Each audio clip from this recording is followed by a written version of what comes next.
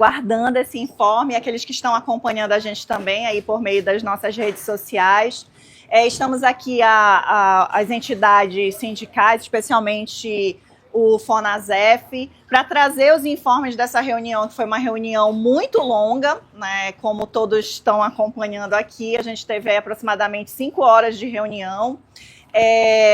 A bancada sindical teve a oportunidade de falar, mas custou para a gente chegar ao momento da fala, em que a gente ia explicitar, explanar um pouco mais sobre a pauta protocolada no dia 31 de janeiro, que foi o prazo estabelecido, e assim nós fizemos. Mas antes disso, a gente teve ali por parte do governo, e o que eu vou falar agora é um pouco daquilo que aconteceu nessas 5 horas de conversa e de mesa de negociação. Essa mesa que é uma mesa que é ordinária já e que está estabelecida desde 2023, em que a gente vem hoje, então, depois de um curso de 9 reuniões, agora para essa 10ª reunião, esperando respostas, inclusive, de pautas que a gente colocou desde o momento da transição do governo anterior, que todos sabemos qual era, para esse governo.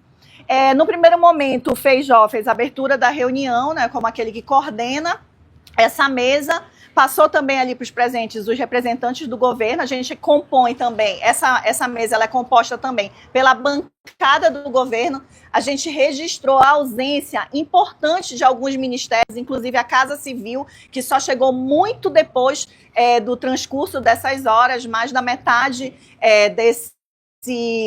desse momento. E a gente registrou, portanto, né, inicialmente essas ausências, mas um primeiro momento da reunião foi a explanação por parte da adjunta do Feijó, que é a Patrícia, de uma reorganização daquilo que a gente tinha protocolado na nossa pauta do dia 31. Então, o governo pegou a nossa pauta e reorganizou em blocos que eles nomearam a partir de temáticas, e também alguns blocos extras de temáticas que eles consideram adendos que a gente colocou na nossa pauta protocolada. Esses blocos, eles visavam organizar as pautas em questões administrativas, questões econômicas e, como eu falei, alguns pontos extras de debate, que são aqueles que não afetam, inclusive, a questão financeira econômica. Bom, dito isso, a gente, então, teve a seguinte metodologia por parte do governo. O governo falava, né, esses blocos, expunha esses blocos que ele mesmo organizou e não era a nossa organização protocolada, a partir das temáticas que eles identificaram, e faziam perguntas de modo a tentar entender um pouco mais das pautas. Isso foi uma parte inicial da reunião. Depois dessa parte inicial da reunião, nós fizemos uma reivindicação que era a gente poder falar dessa pauta e explicar aquilo que a gente tinha como central nas nossas reivindicações. Então, foi passada a palavra para as centrais sindicais, o FONASEF e o FONACAT. A gente vale registrar que a gente tinha se organizado para ser representado em 3 falas de cada um desses segmentos. No entanto, o governo estabeleceu que a gente deveria falar em 2 falas e, portanto, a gente teve que também se reorganizar nesse sentido. Nessa sequência, a gente apresentou, inclusive, dando ênfase a um balanço, que depois a Cristina vai poder trazer aqui mais informações, um balanço inicial desse processo, dessas 10 mesas, os itens prioritários desse momento. Então, a gente tem como estabelecido 7 itens prioritários para essa mesa de negociação, e apresentamos esses 7 itens prioritários para o governo nesse momento, e também fizemos o registro, principalmente daqueles itens que não foram honrados a partir das mesas anteriores. Então, eu trago como exemplo a questão da regulamentação da convenção da OIT a 151, né, que posteriormente o governo traz. Então, a gente faz toda essa apresentação, esse balanço, e posteriormente o governo vem trazendo algumas respostas, e um desses pontos, a 151, foi explanado pelo governo. O governo, então, após essa nossa explanação desses itens prioritários e desse balanço e das questões que a gente considera prioritária, o governo passou a apresentar aquilo que ele considera que já foi feito. Então, é importante dizer que o governo traz um balanço também de questões que estão na nossa pauta e que ele avalia que já foram feitos. Dentre essas questões, a gente sabe que tem coisas que a gente pode dizer que já foram realizadas, como o estabelecimento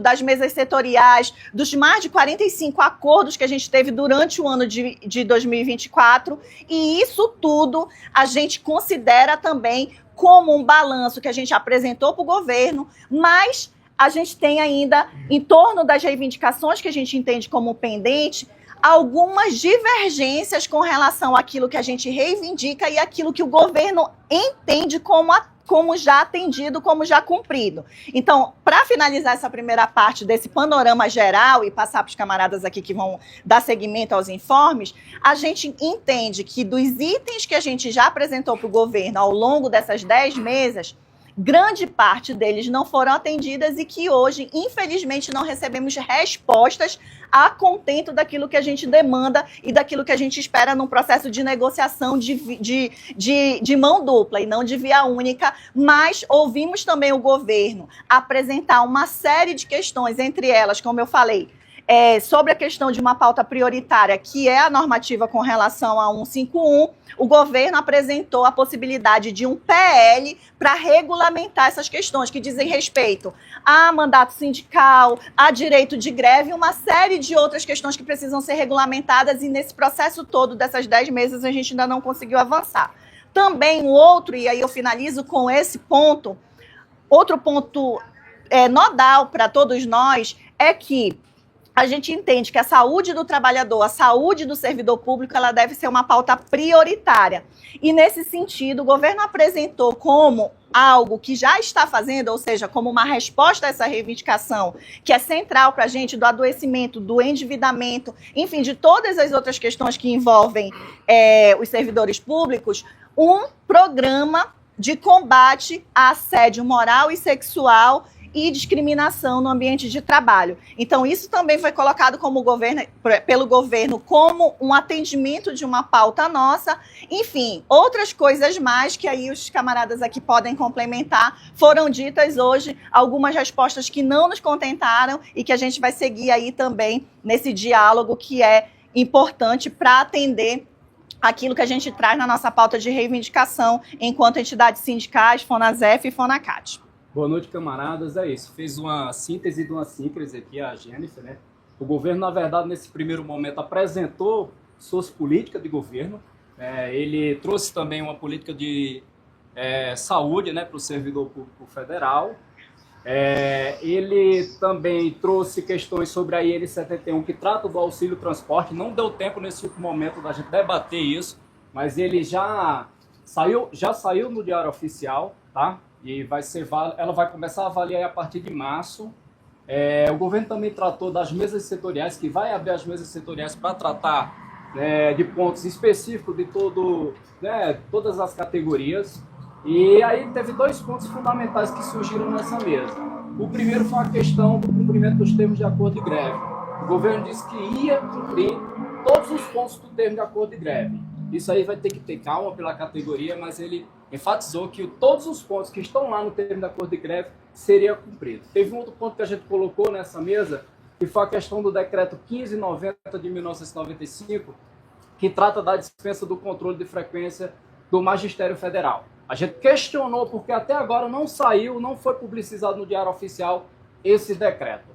O governo bateu cabeça na hora, né, lá na mesa, só que a gente perguntou por que não tinha saído, disseram que chegou no final do ano, lá em dezembro, não deu para fazer uma avaliação lá na Casa Civil, porque tinha já a MPV para ser avaliada, para ser publicizada, e era um MPV com 800 páginas e não dava para ser avaliada a questão do decreto naquele momento. Mas que ficou dito na mesa que esse decreto estava lá na assessoria jurídica da Casa Civil e estava só esperando ser enviada para que o presidente Lula desse uma olhada no decreto e assinasse. No resumo, né, essa mesa foi mais uma mesa de apresentação do governo. Os pontos que foram protocolados pelo FONASEF, pouquíssimo foi debatido, mas aí eu passo a questão para a companheira Cristina.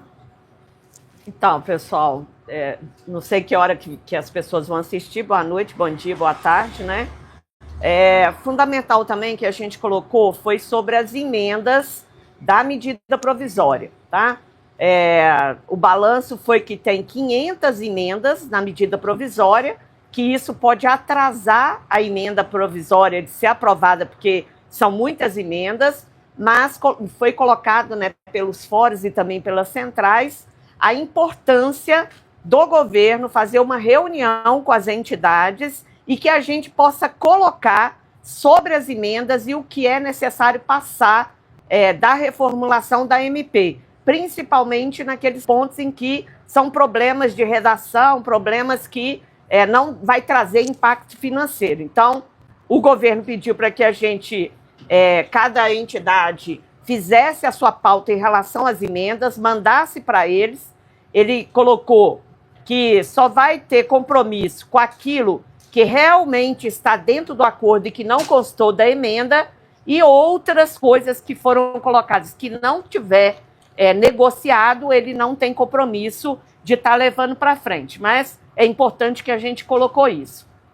Eu vou voltar aqui no tema do auxílio transporte, principalmente para nós que somos, né, da educação, que temos muitos campos no interior de todo o Brasil. O nosso pessoal tem dificuldade com o Vale Transporte. E a partir dessa saída da instrução normativa, isso vai mudar, porque lá o transporte hoje fala que é só para o transporte coletivo.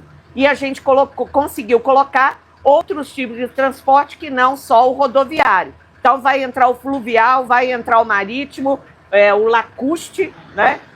E também nos interiores que não tiver transporte coletivo, poderá ser utilizado outro tipo de transporte. Então, isso ajuda muito o nosso pessoal.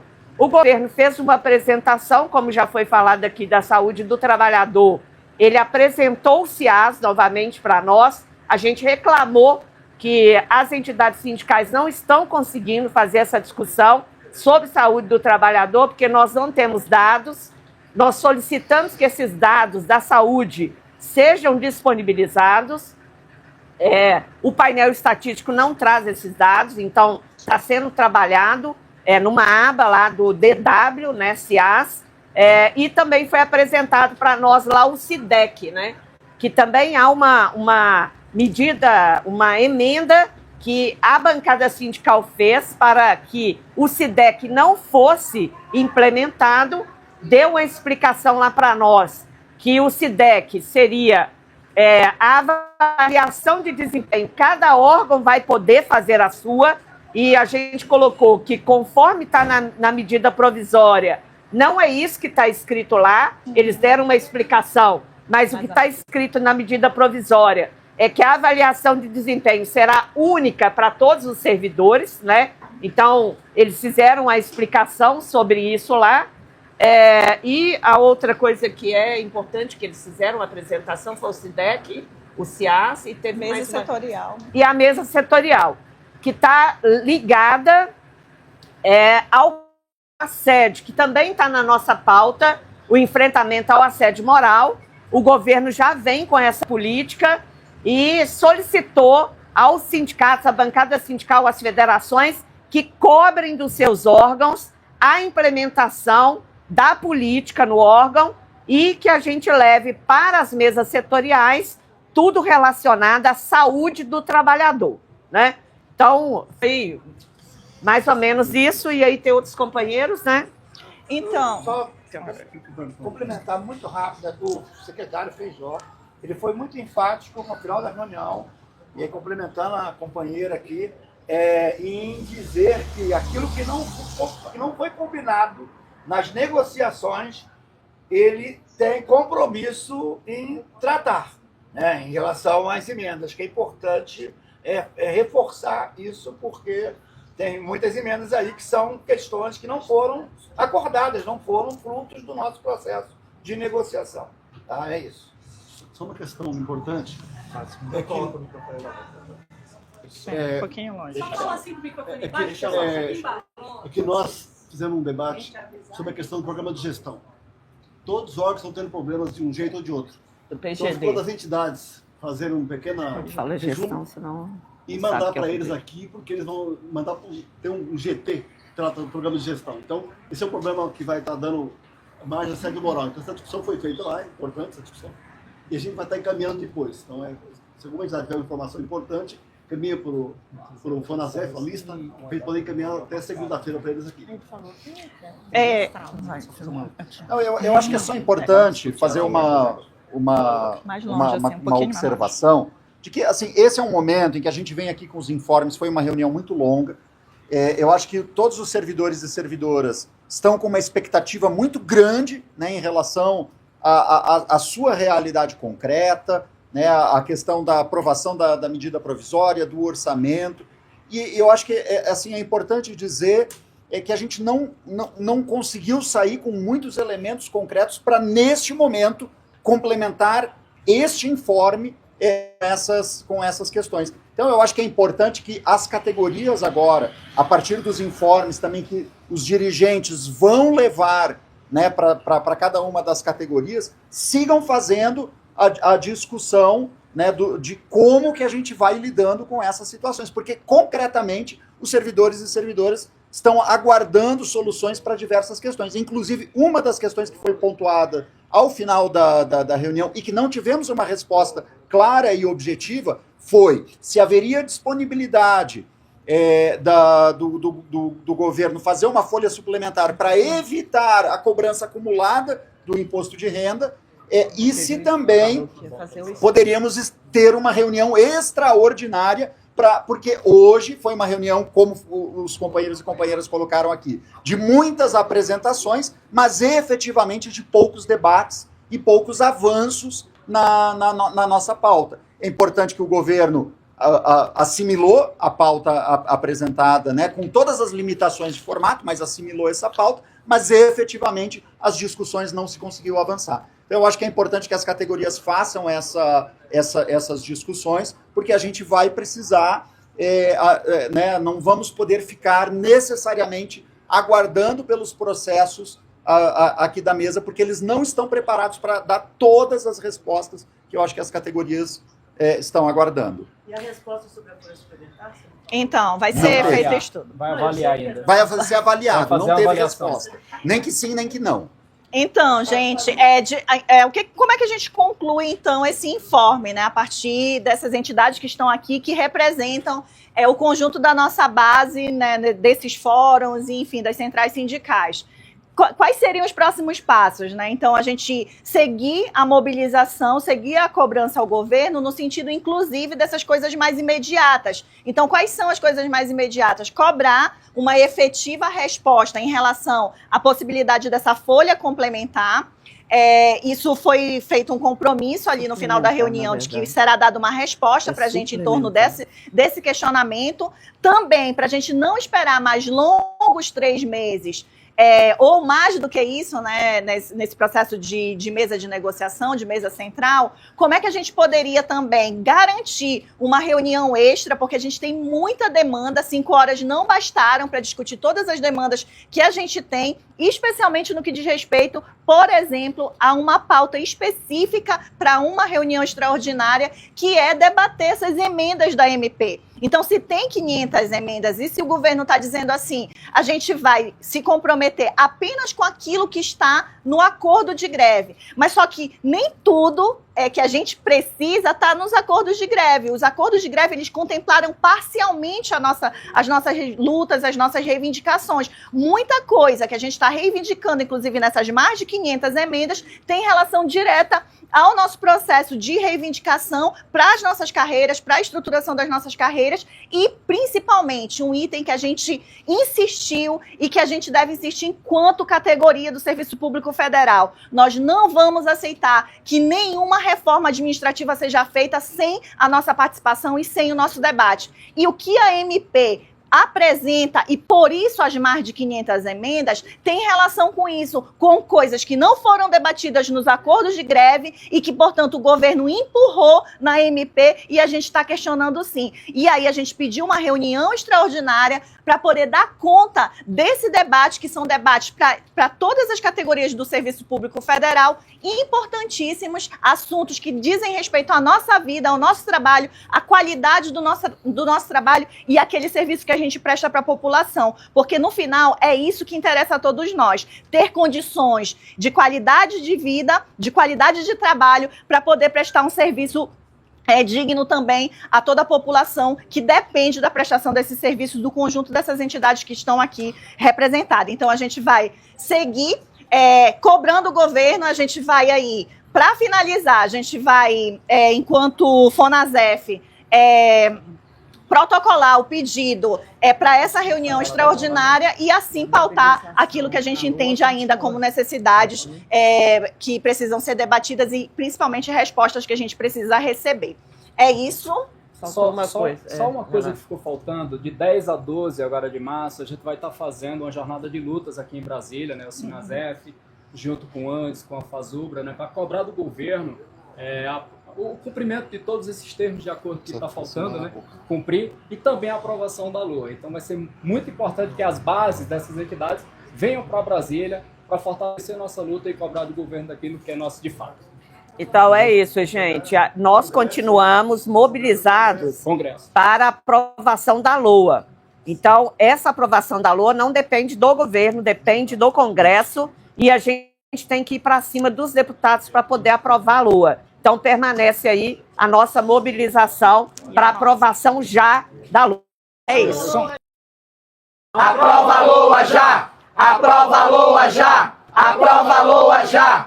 Aprova a LOA já! Aprova a LOA já!